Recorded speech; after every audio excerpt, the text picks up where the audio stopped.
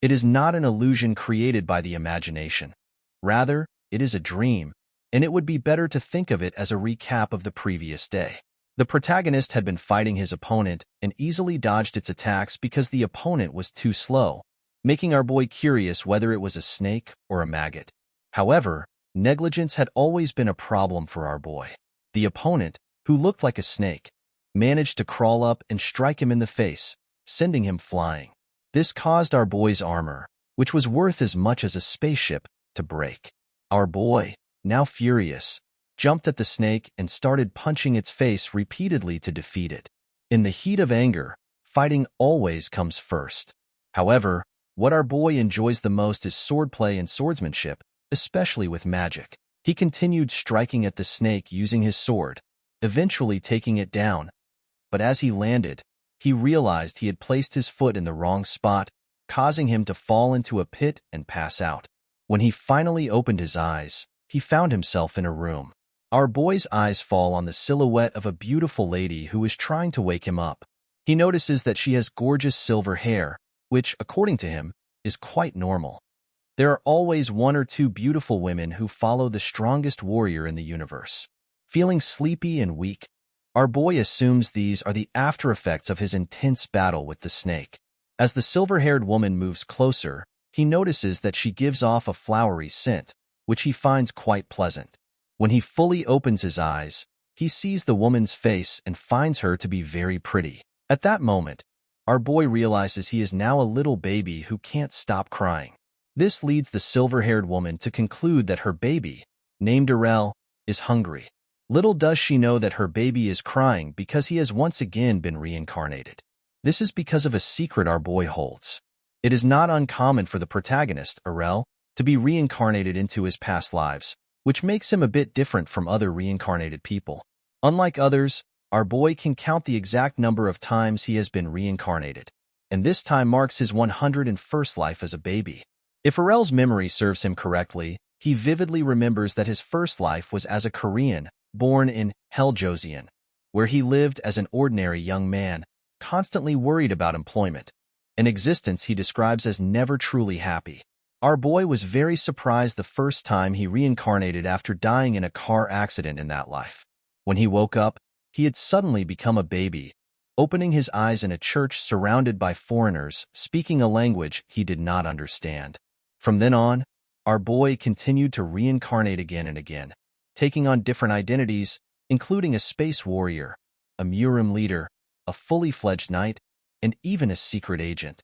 What surprised him even more was the fact that every time our boy died, he did not reincarnate in the same world. Thanks to this, he could proudly claim that he had experienced all kinds of lives across various genres, which allowed him to become fully accustomed to being reincarnated.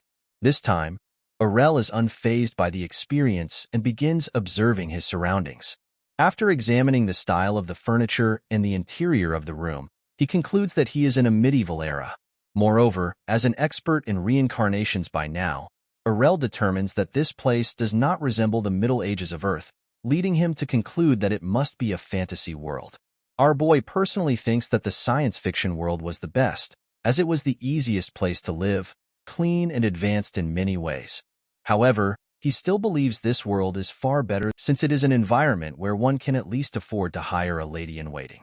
After processing all this new information, our boy concludes that he is in a modest upper-class family within this fantasy world. The most fortunate thing for our boy in this life is that his mother loves him dearly. Arel can feel her love through her kisses and the way her hands wrap tightly around him as she gazes at him with warm, caring eyes. Having met many mothers in his previous lives, our boy has learned that maternal love is not something to be taken for granted. There were times when Arel was abandoned right after birth, and times when he was only seen as a means of gaining money. But this time, Arel has a good feeling about his mother. The maid, China, suggests that Arel's mother, Livanna, leave the prince to her care since Livanna must be tired. However, Livanna expresses concern about whether others will recognize her child as a prince. China reassures her that things might not turn out as she expects. Arel is surprised to hear that he is a prince, but quickly notices that something is wrong. His mother's face looks very sad as she discusses his fate with the maid. Livanna then asks China to speak to her more casually, without the use of honorifics. Livanna asks China to address her as she used to, since they are the only ones in the room, but China hesitates, saying she cannot bring herself to do so. Livanna doesn't mind, understanding that she was also a maid not long ago, doing the same work as China. Meanwhile, our boy finally figures out why his mother seems so gloomy. Livanna explains that Arel is considered a prince because he carries the blood of the emperor. However, in reality, Arel is far from a glorious life, as he also has Livanna's humble blood in his veins.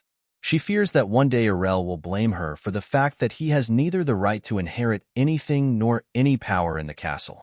China tries to reassure Livanna, saying that such a thing would never happen. Livanna, however, is fully aware of what the other concubines and nobles say about her, and she knows that because of her, Arel will never have anything in this place. She apologizes to Arel, who is still a newborn, as tears begin to flow from her eyes. Seeing this, our boy does his best to wipe away his mother's tears with his tiny baby hands. Livanna feels happy, believing that Arel understands everything and is doing his best to comfort his sad mother. This is the least our boy can do, as he cannot yet speak. Arel wishes he could tell his mother that he is fine with his position and that he does not care about not having the right to be a successor or lacking followers. Moreover, he knows that the powerful nobles will not pay attention to him, and even the royal family will not be concerned about him because he intends to live the life of a prince who remains indifferent to his surroundings. To Arel, this makes his 101st life the perfect opportunity to live peacefully and easily. The blood of the emperor and a royal concubine who was once a maid runs through Arel's veins, making it a unique combination. A life where our boy can stay far away from power struggles, enjoying himself to the fullest. As long as royal blood flows through Arel's veins, even a minimum standard of living will be guaranteed. As our boy dreams of his royal life, his mother, Livanna, remarks that the future of this child, who knows nothing of the harsh circumstances he was born into, seems so bright. Yet Livanna feels saddened by the fact that she lacks the power to protect the bright smile of her only son. Arel understands why his mother is worried. In a world full of aristocrats, where lineage and class are paramount, the life of a prince without succession rights is nothing but a potential scapegoat. Having no claim to succession means there is no future and no followers, and without power, he lacks the means to protect himself. This means that the only thing awaiting him, after being completely exploited, is death. However, even though Arel cannot speak, he tries to reassure his mother that he will be all right, as he was a seasoned pro in his previous lives, having navigated countless dangerous situations. 3 months pass quickly, and Arel is seen sleeping in his crib when his mother comes to check on him. She finds his sleeping face adorable, resembling that of an angel. Yet, she feels sadness because she had hoped Arel would have hair like the emperor's, which might make him more favorably regarded by the emperor. As Livanna worries about Arel, her maid China enters the room and informs her that the carriage is ready. Livanna responds that she will be there shortly, giving baby Arel a goodbye kiss and telling him to behave well since she will return soon. Once the door closes behind Livanna, Arel decides to stop pretending to be asleep and wakes up, confident that his act must have convinced both his mother and China. However, our boy realizes that he should not waste any time or make any noise, as China will soon enter his room. She is usually on a 5-second standby to keep a close eye on Arel, who is still a baby. Arel decides to act quickly, knowing he won't have much time alone like this.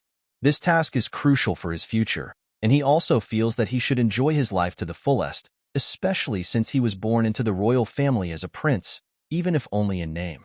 Our boy understands that to move around freely, the most important thing he needs is power. In every world he has lived in, strength is the ultimate truth. As long as he is strong, no one will dare oppose him. Moreover, Arel did not spend his past 100 lives in vain. During his 30th reincarnation, he created a unique training method called Origin Creation Qigong. This method allows him to build strength even with a baby's body. It is a divine technique that enables Arel to cultivate both his innate qi and origin qi simultaneously. Most importantly, our boy can practice this technique even with the body of a baby, An ordinary person would never suspect that Arel is training. After mastering this method, Arel would have the equivalent of 60 years worth of inner chi by the time he reaches the age of 10, and 180 years worth by the time he is 20. Moreover, after the initial stages, Arel would no longer have to focus as intensely because, once he accumulates enough chi, he can continue to practice even while in the nanny's arms. Our boy notices that the amount of chi he has managed to store is minimal, so he decides to speed things up, aware that his nanny could enter at any moment. He begins slowly moving the accumulated chi to his brain's frontal lobe, using the electrical stimulation of his body's energy and nerves.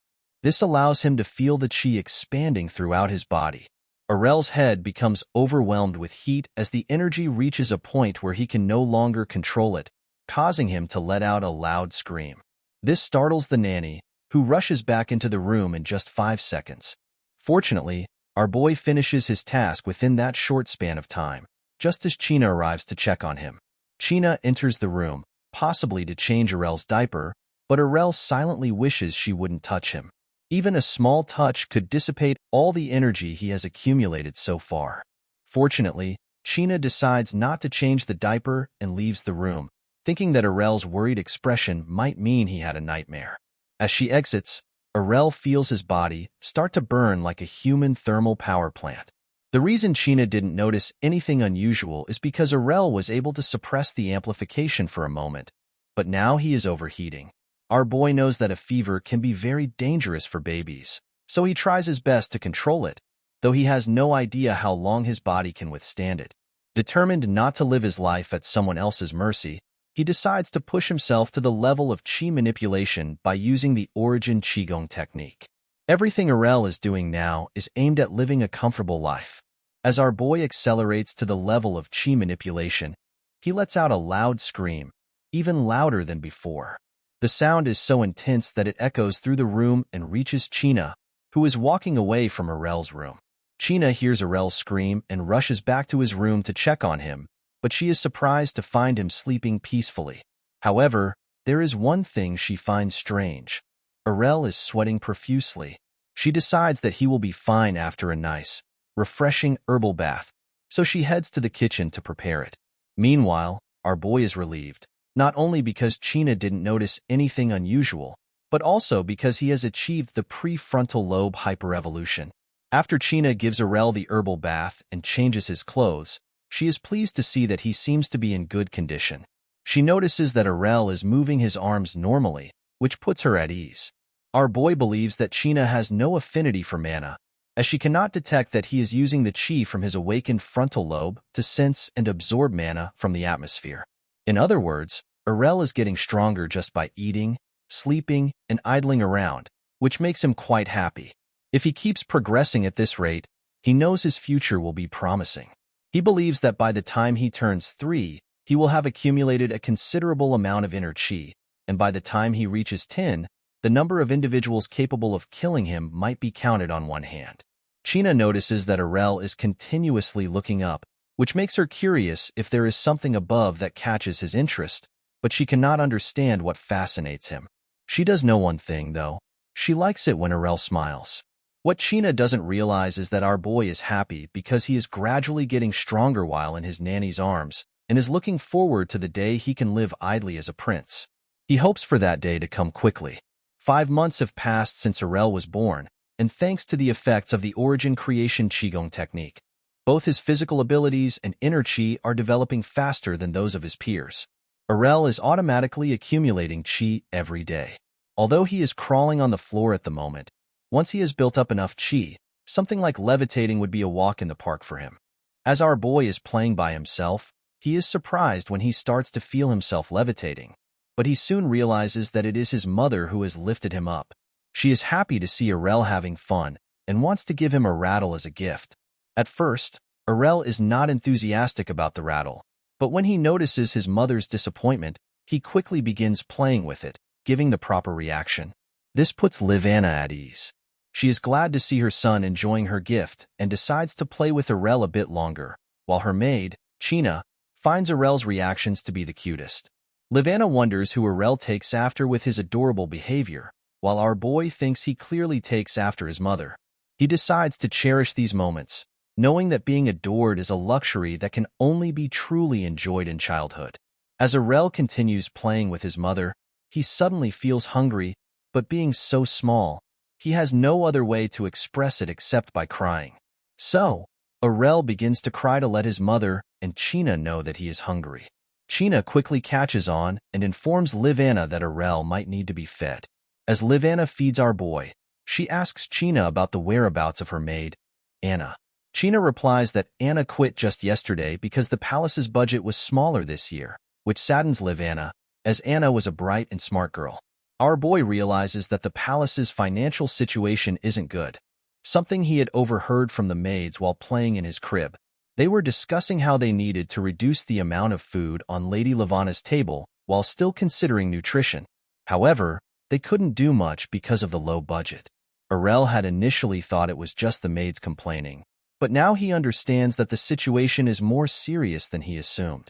He hadn't realized things were this bad, especially since his mother is still a royal concubine, and he expected there wouldn't be any problems in her palace. But Arel thinks the main problem is that his mother was born a maid, even though she gave birth to a prince.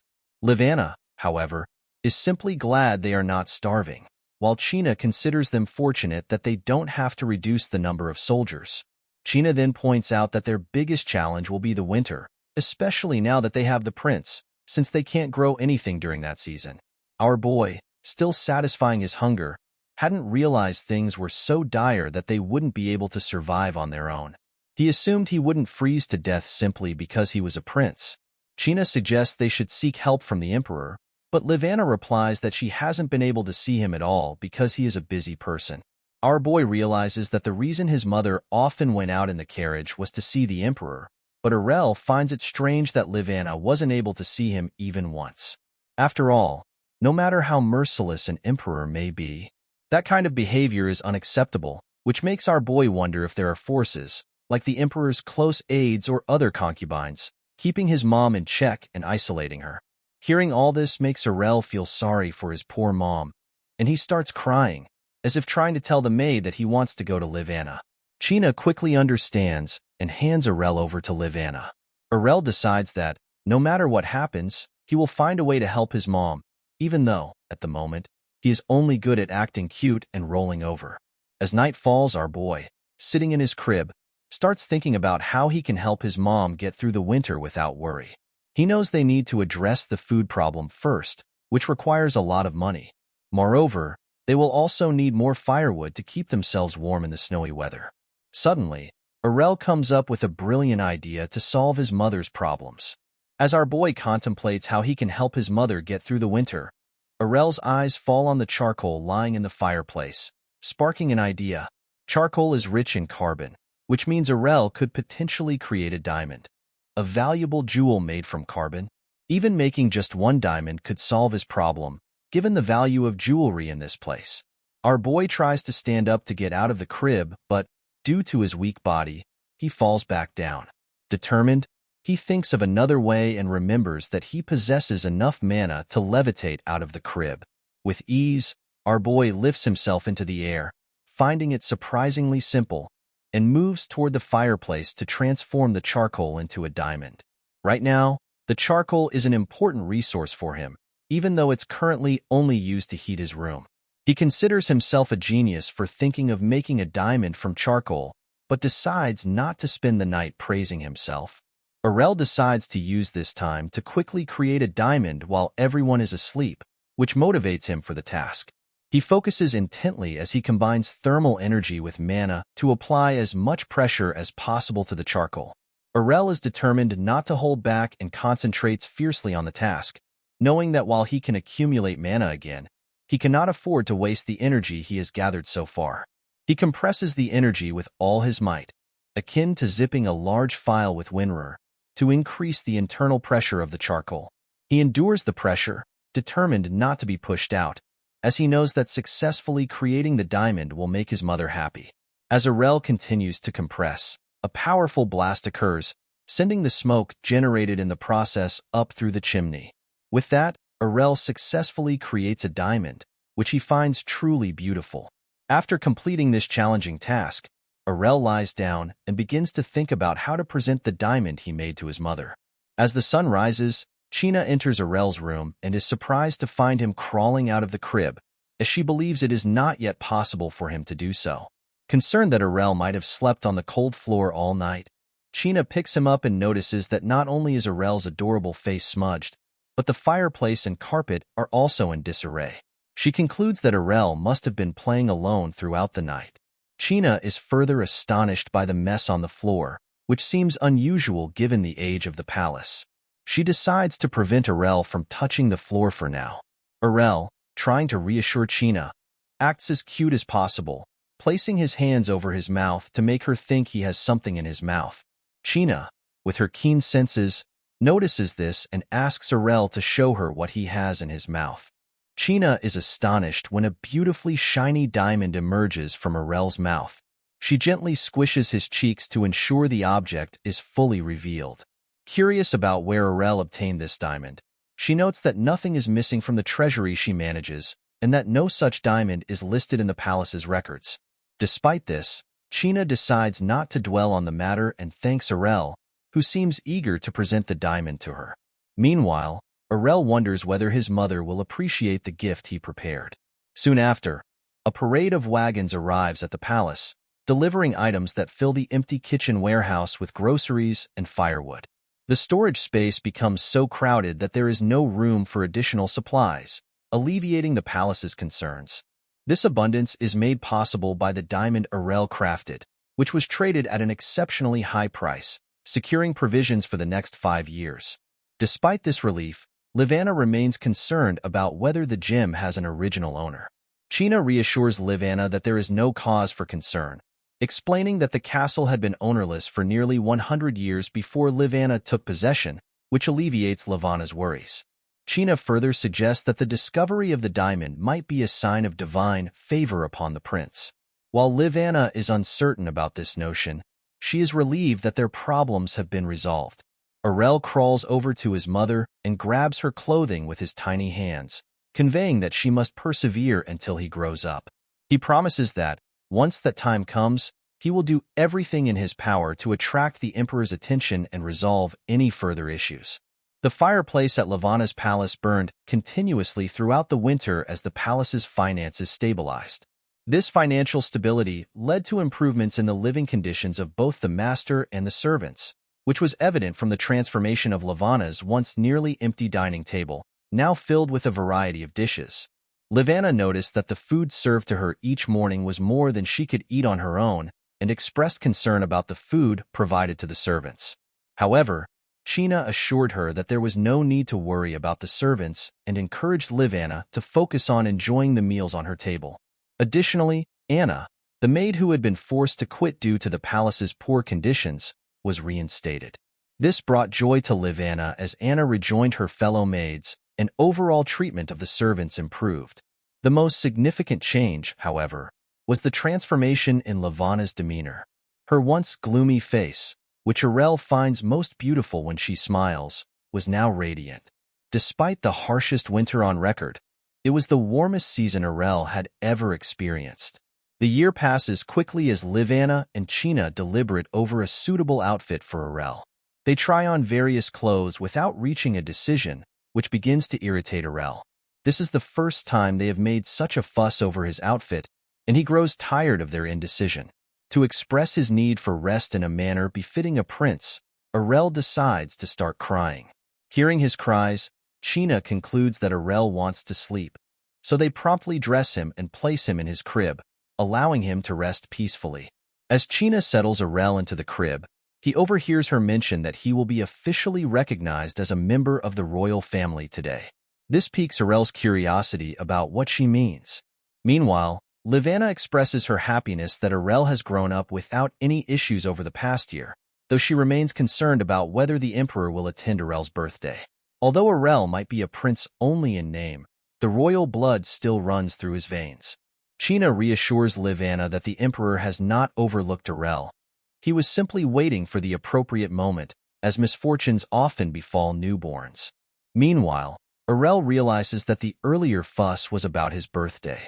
Livanna explains that, while it might not be a grand banquet, the event will officially announce that Arel has inherited royal blood, which pleases her as it means that the rules of the Ernesia royal family will apply to him.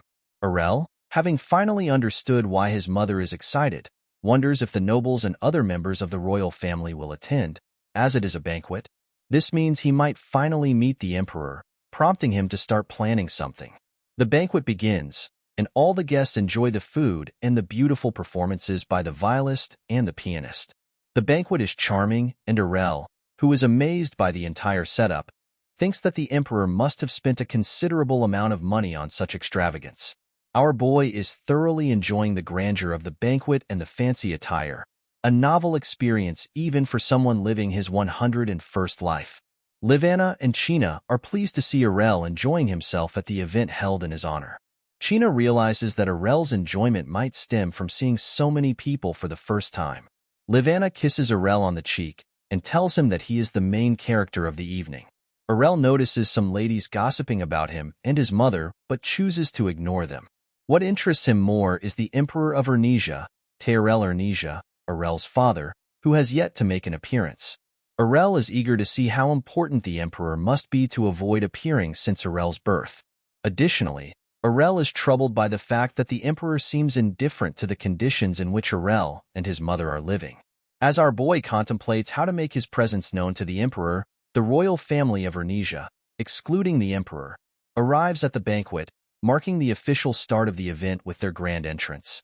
The pressure from the queen, who enters with her children, Arel's half-siblings, is palpable. Among them, the queen's eldest son stands out, followed by the brown-haired girl who seems to still exhibit a somewhat aloof demeanor, accompanied by her 3 younger siblings. Our boy scrutinizes each of them closely, but is taken aback when he notices that none of them acknowledge his mother, which incites his anger. Meanwhile, Livana assumes that Arel's reaction is due to the noise and tells him to be patient, even though he is struggling to do so. The atmosphere of the banquet shifts dramatically with the queen's arrival. Women begin to gossip about the queen's beauty, noting that she has brightened the entire event with her presence. Meanwhile, our boy feels sympathy for Livana, who, despite her difficulties, is still doing her best to ensure that Arel enjoys himself. However, Arel is taken aback when he notices a sudden change in his mother's expression, which had been calm until now. Curious about the cause of her reaction, Arel scans his surroundings and discovers that the commotion is due to the entrance of the Emperor of Ernesia. Arel is not surprised by the Emperor's appearance, but rather by the sheer amount of energy he is radiating. Arel Ernesia, the Emperor, walks through the palace with an immense golden aura emanating from him, intensifying with each step he takes toward the throne. Our boy is stunned by the overwhelming pressure radiating from Arel, bewildered by the incredible energy he currently feels. Arel's charisma is so powerful that it instantly silences even the most talkative nobles, amplifying the weight of the atmosphere he commands. Arel, too, feels intimidated by the Emperor's extraordinary presence. He bites his thumb aggressively, estimating that Arel must be at least a peak-level master in this world. Suddenly, Arel stops and turns toward Arel and his mother, staring at them intently. Arel is left unsure if Arel's gaze is fixed on him or his mother, leading him to regret that even after 100 reincarnations, our boy has not yet learned to read another person's mind or discern their thoughts. Arel resumes his walk toward the throne as the audience obediently waits for him to be seated so the gathering can continue. Once Arel takes his seat, the banquet officially begins, with many lower-class nobles approaching the table where our boy and his mother are sitting. They congratulate them, presenting numerous gifts and claiming it is an honor to meet Prince Arel. However, this is all a farce. Regardless of whether they are low-ranking nobles or high-ranking aristocrats, they all share the same disdain for Arel and his mother. Their contempt is so blatant that they can't even hide it on their faces. Our boy finds this deeply frustrating, which leads him to act out in anger, while Arel's mother sits quietly with a sad expression. Arel continues to vent his anger by hurling all sorts of derogatory terms at the nobles and considers ruining their hearing by screaming at the top of his lungs.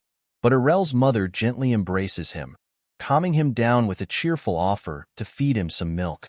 Looking at his mother's kind face, our boy decides to abandon the idea of hurting others, realizing that it would only negatively impact Arel's mother. He calms down, recognizing that such behavior from people was to be expected and shouldn't matter much to Arel. To pass the time in this irritating place, our boy decides to take a quick nap, yawning obnoxiously. However, he is immediately disturbed by a sharp pinch on his cheek. The sting catches Arel off guard, and he quickly turns to see who did it. He spots a little girl who calls him small and realizes she is with the other royal concubines who have also come to offer their greetings. Our boy forgives the little girl, understanding that she is too young to grasp the complexities of power struggles. The concubines then bow in respect, congratulating him on his birthday, but their gesture is shallow, performed only out of courtesy. When Arel's mother attempts to thank and welcome them, the concubines walk away before she can even finish her sentence.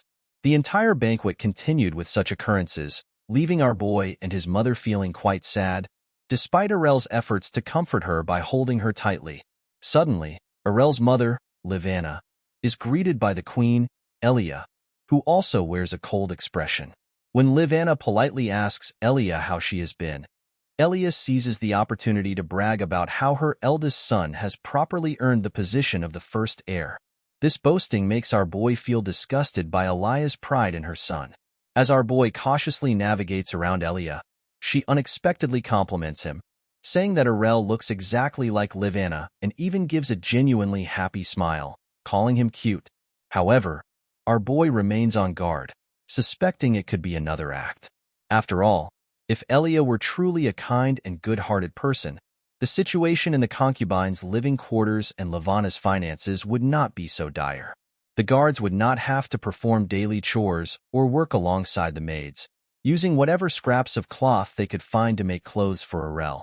In front of the giant window that casts sunlight on the prominent figures of the banquet, Elia and her first son depart after Elia wishes Arel and Livana a good time as mother and son, though a sinister smile lingers on her face as she turns away. Following this brief and cold interaction, Livana is approached by the emperor, Arel himself, who bluntly asks if her life has been going smoothly, almost as if he were merely checking off a list. Livana, unable to speak freely in the emperor's presence, assures Arel that everything is perfectly fine, while our boy is much more expressive about the difficulties at the concubine palace. Our boy demands his expenses and money from Arel by crying and turning in his mother's arms, while Livana urges him to behave in front of the emperor. Arel, intrigued by Arel's behavior, thinks for a moment before asking Livana to hand Arel over to him so that he can hold our boy, noting that it is a rare sight for a child not to cry upon seeing him. Arel decides to laugh in Arel's face, believing that no father could be cruel in response to the heartfelt smile of his child. Remarkably, this tactic works, as Arel smiles at Arel's unique behavior, leaving Livana shocked by the unexpected development. Feeling a bit too eager, our boy decides to show something else to his father by gesturing to be put down, which Arel somehow manages to understand. As our boy prepares to walk, Livana quickly tells Arel that Arel is not yet able to walk, which Arel finds reasonable, considering it is only Arel's first birthday. However, while they are both busy speculating, our boy begins to take his first steps forward without any support, astonishing everyone in the room, including Arel and Livana. With this incredible achievement for a toddler, Livana's maid cheers for Arel's first steps, while Livana sheds a tear of pure happiness at the sight of her son walking already.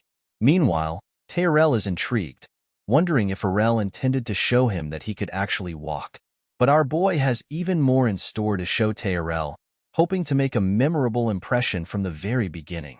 With everyone keenly observing what Arel will do next, he walks over to the dining table and grabs the tablecloth. However, instead of executing whatever he had planned to stand out in front of Arel, Arel receives a harsh reality check. He is still just a toddler.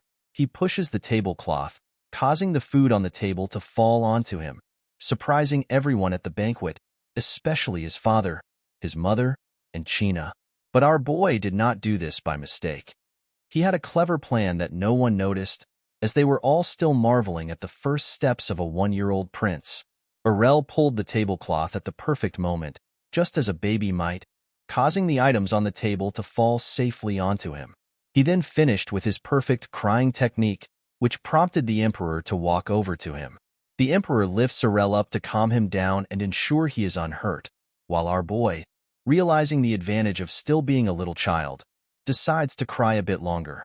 Livanna and China panic and rush over to check if Arel is all right, but the emperor reassures them that Arel is not injured, though he might need a change of clothes. China asks the emperor if she can take Arel, but the emperor assures her there is no problem.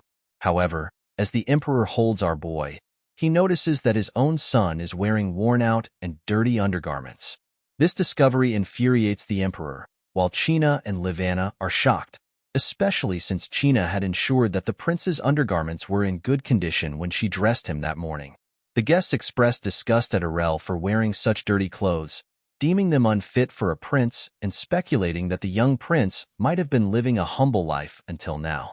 The emperor, angered by their comments, orders everyone at the banquet to be silent.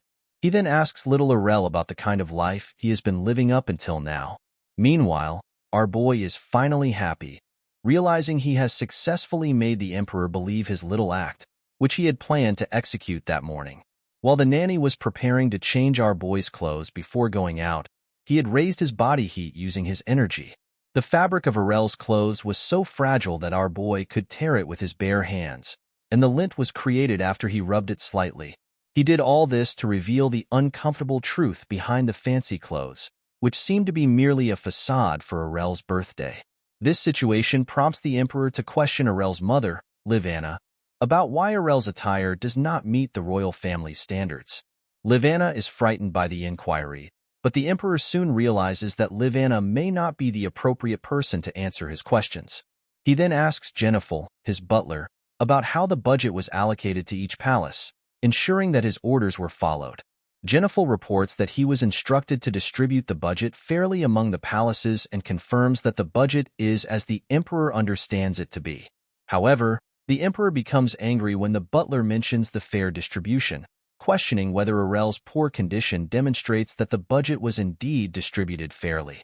After receiving no response from the butler, the emperor orders Jennifer to immediately bring him the details of the budget.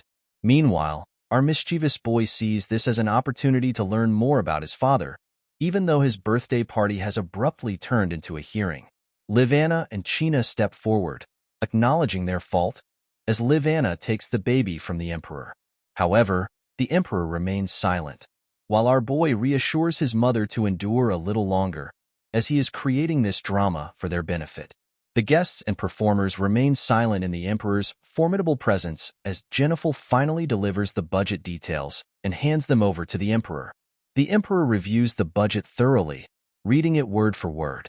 After a careful examination, he becomes enraged and burns the document, which terrifies poor Livanna. Observing the emperor's reaction, Arel deduces that the emperor was unaware of the situation, which piques our boy's curiosity about who tampered with the palace's budget. Arel calls his queen forward and asks if she was aware of the budget issue. Instead of answering the emperor, the queen inquires about the contents of the document. Arel informs her that the budget was not distributed fairly and that funds were being misallocated, which shocks the queen, as she finds this notion impossible. Arel repeats his question, asking if the queen truly did not know about this, despite her responsibility for matters related to the concubines. Before Arel can say anything further to the queen, her eldest son steps forward and addresses his father. The queen's eldest son stands before his father and asserts that the embezzlement of funds was likely carried out by someone malicious, as his mother, the queen, is never unkind to the concubines. Arel then questions whether this means the queen is not responsible for the mismanagement simply because she did not commit the wrongdoing herself, pointing to Arel, who is poorly clothed and has suffered from this lack of oversight. As Arel discusses the matter with his eldest son, our boy feels relieved, noting that the queen's malicious aura seems to have dissipated in the presence of the emperor's charisma. Arel asks if his son is suggesting that the queen bears no responsibility since she did not directly commit the offense, leaving his eldest son speechless and unable to respond. Arel expresses his profound disappointment in the queen, shocking everyone present at the banquet as they witness the emperor reprimanding her. At this moment, Livanna intervenes, stating that Lady Elia, the queen, is not at fault. Rather, she argues that the fault lies with her, implying that she does not deserve the royal life she leads. Arel responds by questioning how Livanna can make such a claim when she has given birth to his child, which alone qualifies her as a member of the royal family. Livanna wants to speak, but Arel smiles at her and tells her she should be proud of herself for being a member of the royal family, while Elia, on the other hand, finds Livanna repugnant. The emperor then turns to his queen and orders her to track down and hold accountable those responsible for the mismanagement, emphasizing that he hopes such an incident does not occur again.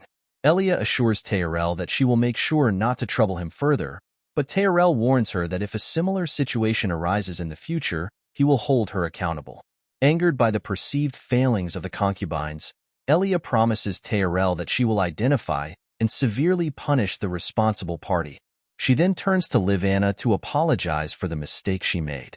Elia expresses that it would have been preferable if Livanna had consulted her first. Our boy finds Elias acting ridiculous, thinking that no one would fall for such poor performance.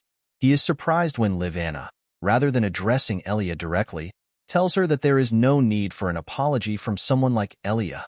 Our boy believes that his mother should have at least confronted Elia, as she obviously deserves it.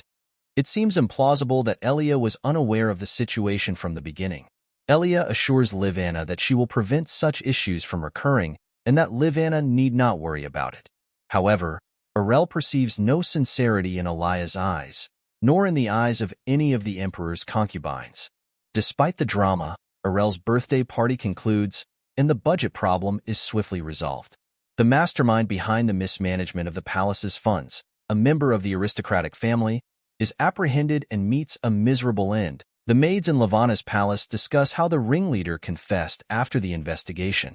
Despite their relief that the matter has been settled, our boy feels that the situation was too conveniently resolved, as things went silent following the execution. Arel is certain that the queen is a formidable opponent and vows to confront her more decisively once he grows up. For now, however, he is focused on addressing his hunger. Arel starts crying to signal China that he is hungry. China returns with soup, encouraging him to eat well since she specifically prepared it for him. This makes our boy happy, as he decides to focus solely on his growth for the time being. He resolves to play and eat like a baby, finding it thrilling to simply enjoy himself and eat. After his meal, Arel decides to take a nap to recharge for more playtime. However, after some time, he wakes up to the sound of horse carriages, which piques his curiosity, as he realizes these carriages are different from the ones his mother uses for travel. Looking out the window to identify the people the soldiers are escorting, our boy detects 3 individuals approaching his room. He recognizes one person as likely being his mother, suspects another is an adult, and concludes that the last one is a child due to their light step. Realizing he needs to wake up his nanny without drawing attention, our boy quickly moves to alert her, ensuring that he does not get caught.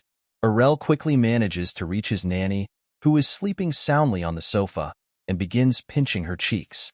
This causes her discomfort, prompting China to request that the prince stop because it hurts. At that moment, Livanna enters the room with her guests and sees Arel pinching China's cheeks forcefully. She admonishes Arel, telling him not to treat China that way, while China rises to greet her lady. Excited to see Livanna, Arel extends his arms, signaling that he wants to be picked up. Instead, Livanna tells Arel to behave like a good boy and listen to his nanny. China, surprised to see Lady Phinelia, apologizes for not having made proper preparations for her visit. Lady Phinelia, however, assures China that she does not mind, as she had not informed anyone of her visit to the palace. Livanna, on the other hand, remarks that had Phinelia informed them of her visit, they could have made appropriate preparations. Phinelia explains that she did not want others to know she was coming to Livanna's palace.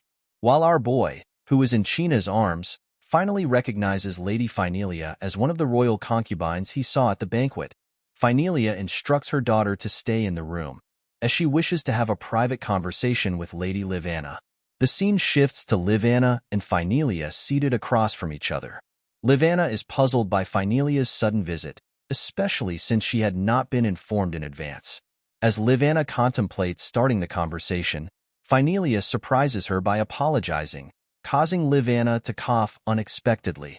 Concerned, Finelia asks if Livanna is all right. Livanna assures her that she is fine and inquires about the reason for Finelia's sudden apology.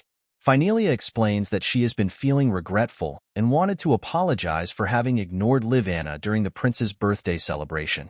This revelation shocks Livanna further, leaving her uncertain of how to respond to Finelia, who hails from Kinchester, a prestigious family known for its significant contributions during the height of the continent's war. The Kinchester family was renowned throughout the country, but its former glory has long since faded.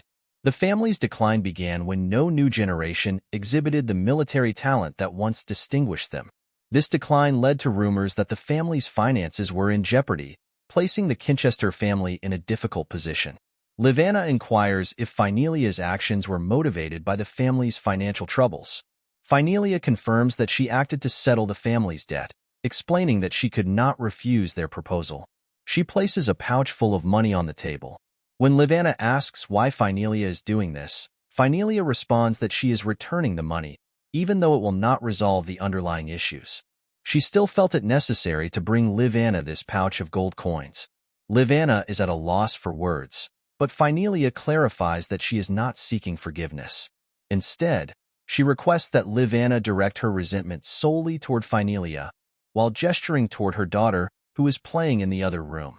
Livanna eventually understands that Finelia is trying to protect her only child from the political machinations of the emperor and the royal family.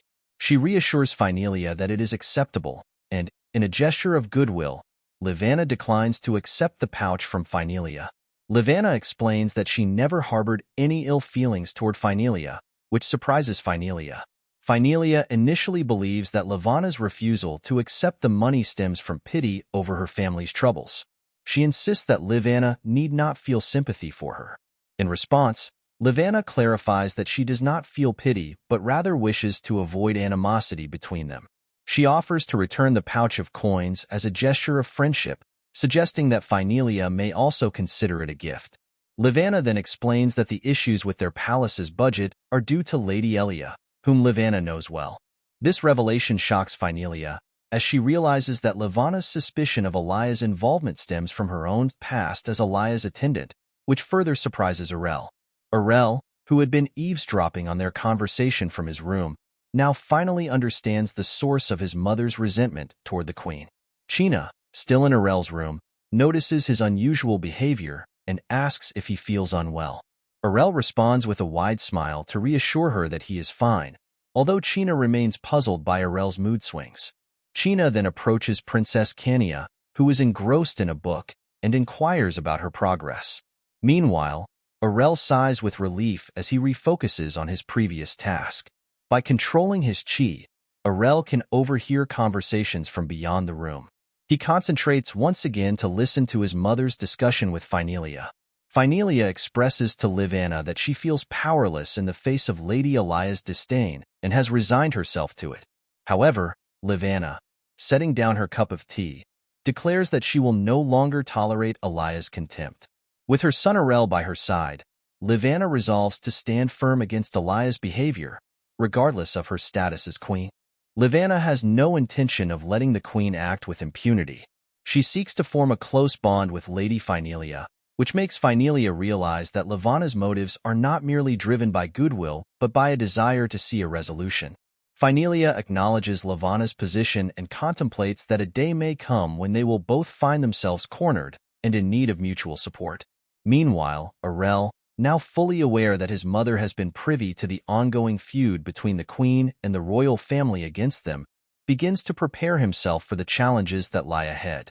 He understands that anyone could pose a threat to them from now on. As Arel contemplates these issues, he suddenly notices a hand reaching into his crib. Looking up, he sees Lady Finelia's daughter trying to climb into the crib for a closer look at him. Arel wonders how she managed to get there, and fears that the little girl might jump into the crib. But Arel's worst fears come true when Finelia's daughter climbs into the crib and begins to play roughly with Arel's cheeks, finding them warm and inviting. Arel is bewildered by why Finelia's daughter treats him like a toy, even though he is clearly not one. China, observing the interaction, exclaims that Arel is simply adorable, to which Kania agrees. Meanwhile, Arel, who feels at the mercy of Kania's playful antics, pleads with his nanny to rescue him from this discomfort. However, Arel feels betrayed when China goes a step further and encourages Kania to visit him often, which surprises Kania. Arel is left wondering how China could say such a thing, as her primary role is to protect him. Time passes, and Arel turns 30 months old. He stands by the window of his room, reflecting that life is but a fleeting moment. In just 6 months, he will be 3 years old. Despite this, Arel remains frustrated with his baby tongue, which still fails to articulate properly. He knows it will take some time before he becomes accustomed to speaking.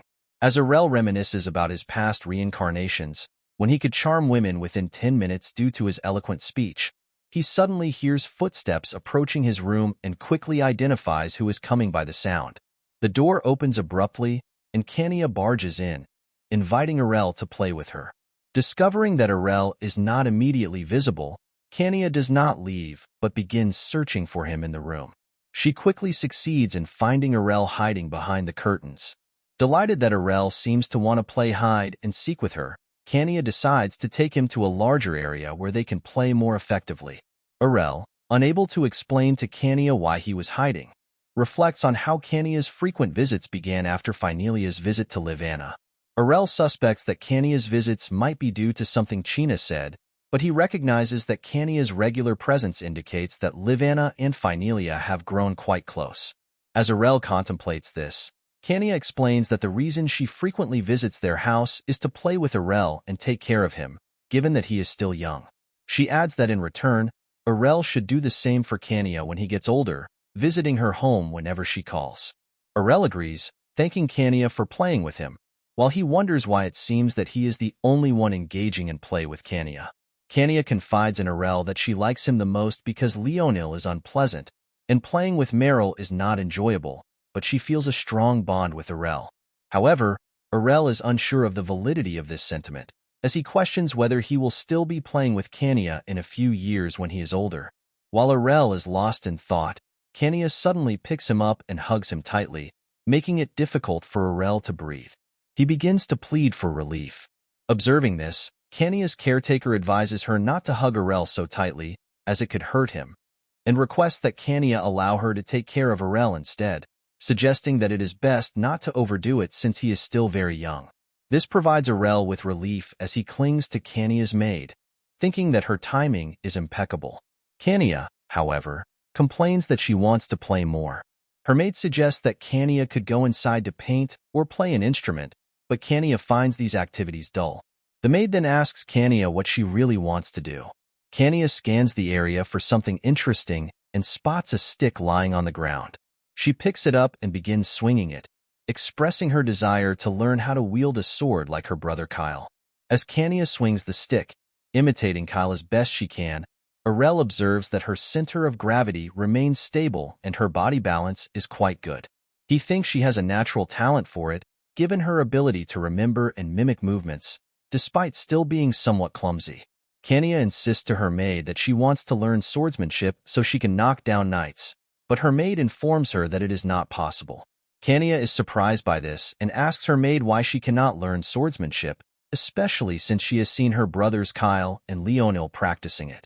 The maid explains that there is no reason for Kania to learn swordsmanship, and despite her stubbornness, she must accept that her most important studies should focus on literature, culture, and other such subjects. While the maid is occupied with explaining these priorities, Kania quietly takes the maid's sword without her noticing and declares that she will learn swordsmanship. The maid pleads with Kania to return the sword, but Kania refuses. The maid then suggests that Kania at least practice swordsmanship with a scabbard, as she might hurt herself otherwise. Observing the maid's frantic attempts to retrieve the sword, Arel finds Kania's determination quite intriguing. Time continues to pass quickly as Arel turns 5 years old, and with all his might, our boy is doing his best to avoid any real effort. He rides a toy horse while his maid, China, believes Arel should try riding a real horse. However, our boy thinks that riding a real horse is far too dangerous. China tells Arel that he is at an age where he should already be interested in riding horses and playing with swords. Arel, in response, tells China to discard the outdated notion that a prince must ride a horse, which frustrates her because she cannot convince him to ride or learn swordsmanship. Our boy, on the other hand, has realized one undeniable truth after living more than 100 lives. His exceptional talents bring him nothing but misfortune. When he excelled in swordsmanship, swordsmen from all over came to challenge him. When he mastered magic, he had to confront those who sought to use or destroy him. With the skills accumulated from his past lives, he constantly found himself caught up in dangerous situations. Though Arel has faced some troubles at the palace, what he does from now on is of great importance. As he cannot let the past repeat for the 101st time, our boy takes caution. Before entering his room, he warns his maid not to disturb him, as it is an important moment for him. The maid responds by wishing Arel a good time meditating, but our boy has no intention of meditating. He simply wants to pass the time by sleeping. After a while, China enters Arel's room and tells him it's time to study. Shocked by what he sees as a betrayal, our boy begins to weep. China, curious about whether Arel truly hates studying that much, asks him directly.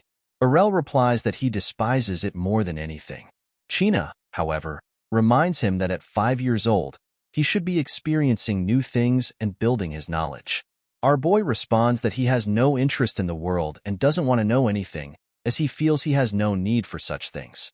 This response leaves China feeling uneasy, as it makes Arel sound like someone who has lived many lives. She worries that his lack of curiosity may be the result of her poor teaching. However, our boy reassures China that it is not her fault. He thinks to himself that after working hard 100 times, he just wants to live as he pleases for once. China reminds Arel that according to royal law, he must begin studying at the age of 5. To make things easier, she has sorted out only the basic books. But after Arel glances at the pile of thick books, he skeptically asks China if she's sure she sorted them. Arel picks up one of the books China selected, commenting that it might be useful, then starts spinning it in his hand. China quickly protests, reminding him that he's supposed to read the books, not spin them, as reading is an important privilege. So much so that common children would love to read, but often don't even have books. Arel, however, ignores her and begins building a house out of the books. Frustrated, China knocks down the house and instructs him to always treat books with respect, urging him to return to his seat. It becomes clear that China is determined to make Arel study. Realizing his usual tricks aren't working, our boy decides to resort to the final trick up his sleeve. Our boy begins crying loudly, stubbornly refusing to study, but his final trick fails when the door to his study room opens and his mother walks in, furious at him for throwing a tantrum instead of studying. Her entrance quickly ends our boy's rebellion. He knows well that his mother wants him to learn, but ironically, the more he tries, the more danger he brings to those around him. As the son of a concubine who carries precious blood, the more his talents shine, the faster others will seek to kill him. Our boy believes that, while it may seem unfair, everyone's destiny is determined at birth. He feels it is his fate to live idly for the sake of protecting those around him. As he contemplates this, he drifts off to sleep, only to be woken by China, who gently reminds him that if he studies hard and earns praise, it will make everyone happy. Arel, sipping his tea, asks China if that's truly the case, as he finds it presumptuous to believe so. His maid tells him that he must stop saying such things, warning that if he continues, it could lead to misunderstanding. His mother will be sad. After hearing this, Arel sighs, thinking that he should at least do something for her sake. He reluctantly decides to study, though he excludes swordsmanship and magic from his plans. Our boy neither wants to die by the sword nor face the envy and jealousy that comes with mastering magic. A few days later, a carriage arrives at Lady Levana's palace, surprising Arel, who watches from the window. He soon learns that a mage from the magic tower has come to measure his mana. China explains that if Arel is talented in mana, he will need to study magic-related knowledge. However, our boy has no intention of becoming a mage and fears that things will not go in his favor if others discover his immense mana reserves. He knows that, unlike China, the mage will definitely sense the overwhelming mana surrounding him, comparable to that of the strongest mages in existence. As China escorts our boy to meet the mage, she tries to reassure him, telling him not to worry and that he will certainly be able to develop his mana, no matter how small it may be. Little does she know, as they walk, a vast amount of mana is already surrounding Arel. When they enter the room and the mage takes his first glance at Arel, he is immediately stunned by what he sees. The mage is visibly shocked when he first looks at Arel, while our boy, on the other hand, can clearly see the flow of mana through the mage's body. Arel wonders how he must appear in the mage's eyes. The mage adjusts his spectacles and checks Arel's pulse, while China, concerned, asks if the prince is special. The mage hesitates, unsure whether to describe Arel as special or strange, because he cannot detect any mana in Arel's body at all. China is stunned, finding this completely impossible. The mage explains that he used his own mana to read Arel's energy channels, but was unable to find even a trace of mana. Arel, however, is secretly pleased that his mana-concealing technique worked. On the way to the reception room, he had controlled his chi circulation through his breathing, condensing the mana and sending it to his peripheral nerves. This allowed him to hide his mana so effectively that the mage couldn't detect anything, even after examining his veins. Our boy felt a sense of relief when he first noticed the mage's surprised reaction upon their meeting. It didn't make sense for the mage not to detect any mana in Arel, given the royal lineage. The mage reports to Lady Livanna that he can usually detect small amounts of mana even in commoners, but in Arel, there was none at all. This makes Arel wonder if he went overboard with his mana concealment. Livanna wears a gloomy expression, the kind Arel dislikes, realizing her son might never become a mage. Despite not liking her sadness, our boy feels sorry for his mother. However, Arel knows he cannot reveal his extraordinary talents. He needs everyone to believe that he is an incompetent child who cannot handle mana at all. After all, this is just the beginning of Livanna's son's supposed incompetence. The scene shifts to the training grounds, where our boy meets his instructor, Landfill Tagaron, a young knight who turned 25 this year. Landfill was hired by Arel's mother to teach him swordsmanship. He assures Arel that, with hard work, our boy can become as strong as he is. While our boy, on the other hand, thinks that his tutor, Landfill, is quite weak. An ordinary knight like him could never catch Arel's attention, considering that our boy has fought countless monsters and survived high-stakes, hellish battles. He even slayed a dragon effortlessly. Arel knows full well that Landfill is nowhere near his level, but he still wants to get the training over with. He tells Landfill that he's ready to begin, feigning a desire to become stronger. Landfill encourages Arel to trust and follow his guidance, but Arel quickly informs him that he has no intention of doing anything strenuous. He mentions hearing that his sister, Kania, had to wear weights to train her physical strength. Landfill explains that this is a normal routine for the Kinchester family. Arel then dryly comments that such a practice seems fitting for a family of martial artists. When Arel asks how they will begin training, Landfill responds that in swordsmanship, flexibility and balance are just as important as strength. Therefore, Arel will start with basic exercises to improve his balance and concentration. As Arel stands atop a wooden log, he begins to wobble, unable to maintain his balance. Landfill reassures him not to worry, telling Arel that he won't get hurt even if he falls from that height. But our boy insists that he can't do anything because he's afraid of heights. Puzzled by Arel's shaky performance, Landfill decides to shift to flexibility training, confident that Arel, being young, should handle it easily. However, Landfill is disappointed when he sees that our boy struggles even to touch his toes. Still hopeful, Landfill suggests they move on to sword training. He hands Arel a wooden sword and instructs him to use centrifugal force to transfer power to the tip of the sword and strike the target. But Arel fails again. The sword slips from his grip and falls to the ground. Landfill, surprised by Arel's lack of success in every aspect of swordsmanship, grows increasingly perplexed. Meanwhile, our boy feels disheartened as he comes to the conclusion that he has no talent for swordsmanship at all. Landfill offers Arel some encouragement, telling him that failure is normal for a first-timer and that things will improve with consistent training. He instructs Arel to pick up the sword again so they can continue the session. Meanwhile, our boy notices someone hiding behind a tree, watching his training. This works perfectly for Arel's plan, as he's deliberately faking weakness and incompetence in swordsmanship. The more the hidden observer plays their part, the better it is for our boy. Arel's suspicion proves correct when rumors quickly spread throughout the palace. It becomes common gossip that Prince Arel has even less mana than a commoner. These rumors amuse many, especially the queen, who finds them particularly entertaining. The royal family's butler informs the queen that Arel is so clumsy that he trips while simply walking, and that he has failed in every aspect of martial arts. However, these rumors create a difficult situation for Arel. People begin labeling him a trash prince who can't do anything, and as a result, no one is willing to become his tutor.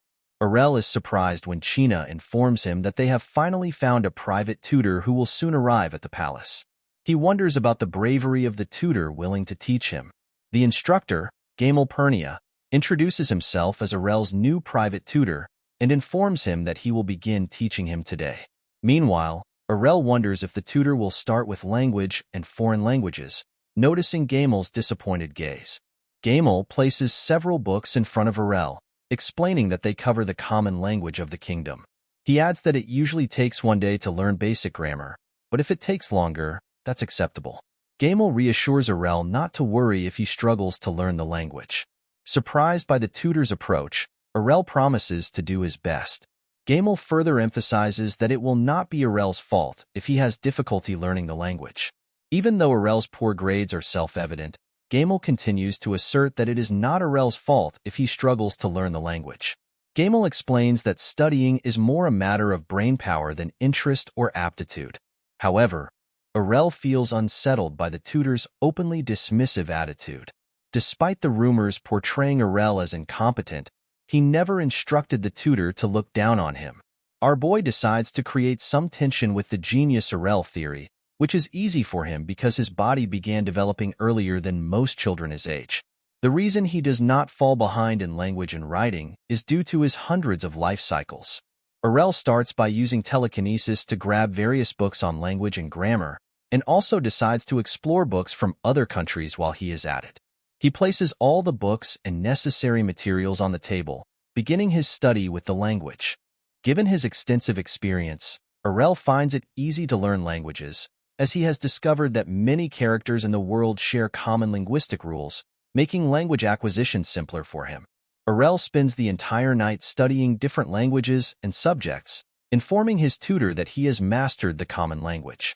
Gamal, initially thinking it a joke, is taken aback when Arel insists he is not lying and offers to prove his proficiency by reading the books. Gamal suspects that Arel must have simply memorized the contents of the books. Arel suggests that it would be more interesting than learning the language in 2 days. Exasperated by Arel's jokes, Gamal tells him to try reading a different book. Gamal is both surprised and delighted as Arel devours the entire book effortlessly. This is particularly astonishing because, compared to the languages of neighboring countries, the common language of the kingdom is quite difficult. One typically needs to be at least 12 years old to read a simple book, so a 5-year-old mastering the characters in just 2 days is remarkable. As Arel's success reflects well on him, Gamal sets aside his initial negative opinions about our boy.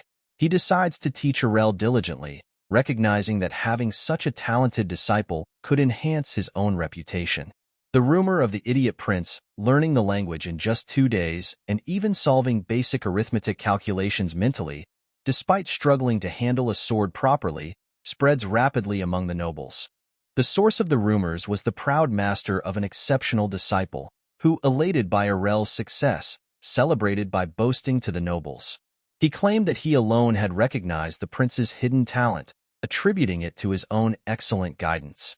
The news of the genius Arel theory eventually reached the king, who was astonished to learn of our boy's talent. He realized that forcing Arel into learning swordsmanship and magic, which did not suit him, must have been difficult. On the other hand, Levanna felt that there were aspects of Arel's personality she, as a mother, should have noticed sooner. She recognized that her negligence was a reason for the king's concern and apologized to Arel for causing any disturbance. Arel reassured Levanna, acknowledging that she must have had many worries due to the prince's situation. He encouraged her not to worry further, assuring her that Prince Arel would thrive if he continued on this path. Listening to their conversation, Arel wished that his parents would continue to look forward to his success. Our boy plans to avoid attracting too much attention while maintaining his interest. He also intends to find a suitable position where he can live comfortably with his legs stretched out, as he envisions himself cosplaying as a genius scholar who experienced a burst of intelligence at an early age.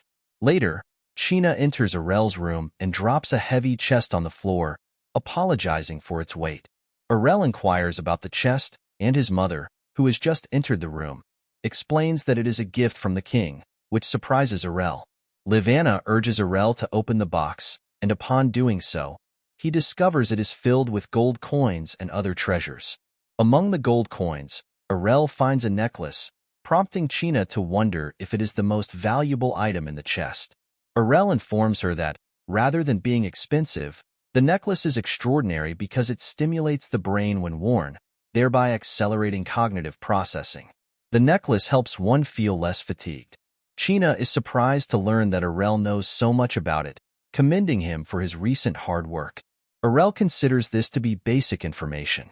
While the necklace might appear ordinary to most, Arel can actually see the mana energy embedded within the gem. Despite this, he believes he does not need it due to his own inner power and wonders who he should give it to.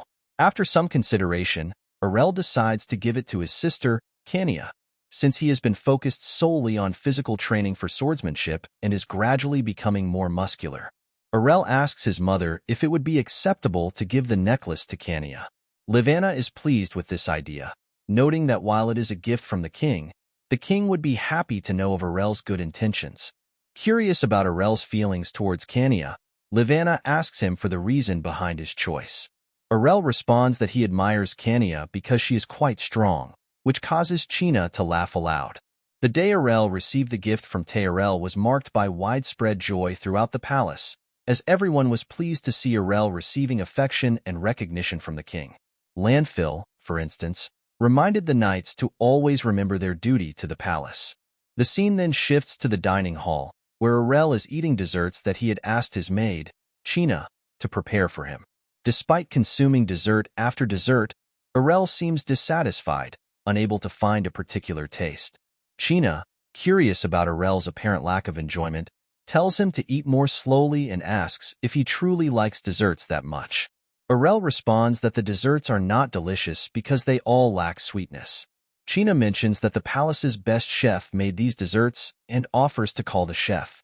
Arel, however, suggests that instead of calling the chef, China should contact an alchemist, which leaves China in shock. The reason Arel wants China to call an alchemist is that he desires to drink cola, which requires alchemy to recreate its taste. This request surprises China, as she does not understand why Arel needs an alchemist. Arel, however, is taken aback because he did not intend to voice this need out loud. He doubts that China would understand even if he explained, as it is unusual for a 5-year-old to request an alchemist. Arel reflects that creating strong flavors with the current seasonings and ingredients available in the kingdom is challenging. Furthermore, cola requires secondary and tertiary processing, which is complicated by the lack of energy sources. He sighs deeply, longing for a refreshing, sweet, fizzy cola. Considering that he has already embraced the intellectual scholar concept, Arel decides to take action himself. He stands up from his chair and starts running, leaving China surprised by his sudden departure from the room. Asks where he is going. Arel replies that he is heading to his room to study, which further surprises China, as she doubts she heard him correctly. The scene shifts to Arel running through the corridor. He has finally decided to learn alchemy, believing that chemistry, which he views as a form of cooking, will help him create his favorite drink. 3 years pass without pause. Arel is now leading a meeting with several ministers to discuss plans for building new bridges in areas with high merchant traffic. One of the ministers asks for Arel's opinion on the proposal. Arel, who has been examining a document, ignores the minister's question and inquires about the designer of the bridge, which he sarcastically refers to as a pinnacle of splendor. The designer, unaware of the sarcasm, proudly boasts about creating this so-called masterpiece. Arel then warns the designer that if he produces something as useless as this design again, he will take action against him, as this design may seem adequate now but does not meet Arel's standards. Arel points out that while the bridge's design may be visually impressive, it will become dangerous when snow accumulates in the winter. He explains that although the wooden components below will bear the weight, the safety of the bridge has been neglected in favor of extravagance. Arel emphasizes that while it is beneficial for the kingdom's architecture to be beautiful, the primary focus for bridge designers should be safety. He firmly orders a complete redesign, which intimidates the designer, but he agrees to correct the issues. As Arel's knowledge and intelligence have expanded significantly, he is now burdened with numerous responsibilities, surpassing even the top scholars and experts in various fields. Despite feeling that relying so heavily on an 8-year-old is excessive, Arel recognizes that there is no other option and resolves to showcase his abilities. The scene shifts to a maid from Lavana's palace, who notices Arel leaving the palace. She addresses him by the nickname, the Ashen Young Sage, which surprises Arel, as he finds the nickname quite cringeworthy. The maid apologizes for her behavior, explaining that her excitement at meeting Arel for the first time led to her addressing him with the nickname. Arel, however, concludes that the nickname, the Ashen Young Sage, might be a result of the maid's newness and warns her not to use it again, as he dislikes it intensely. The maid, almost inadvertently calling him by the nickname once more, promises to keep his preference in mind. Frustrated by the use of the nickname and the apparent lack of naming sense among the people of the kingdom, Arel boards the carriage to head out. His mother, observing from her window, notices his departure and asks China about Arel's destination. China explains that Arel is going to request an audience with King Arel.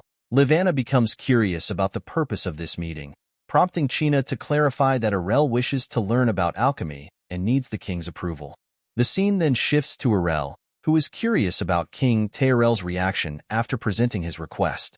Arel hopes that the king, having granted the audience request promptly, recognizes the hard work he has invested across various fields. Despite his experience from hundreds of past lives, Arel feels nervous in the presence of the king's charisma and resolves to stay focused and speak clearly. In the king's chamber, Arel inquires about Arel's motivation for wanting to learn alchemy. Arel responds that he aims to be of greater assistance to the kingdom and his father. Since he lacks talent in swordsmanship and magic, he believes his only option is to acquire and apply knowledge for the betterment of Ernesia. He asserts that, although he is young, his thoughts and dedication to his father are mature. Arel is impressed by his son's ambition and assures him that he will introduce him to some reliable alchemists. King Arel, who inquires if Arel has any additional requests. Arel responds that he will make separate requests as needed, feeling pleased that he has successfully persuaded his father.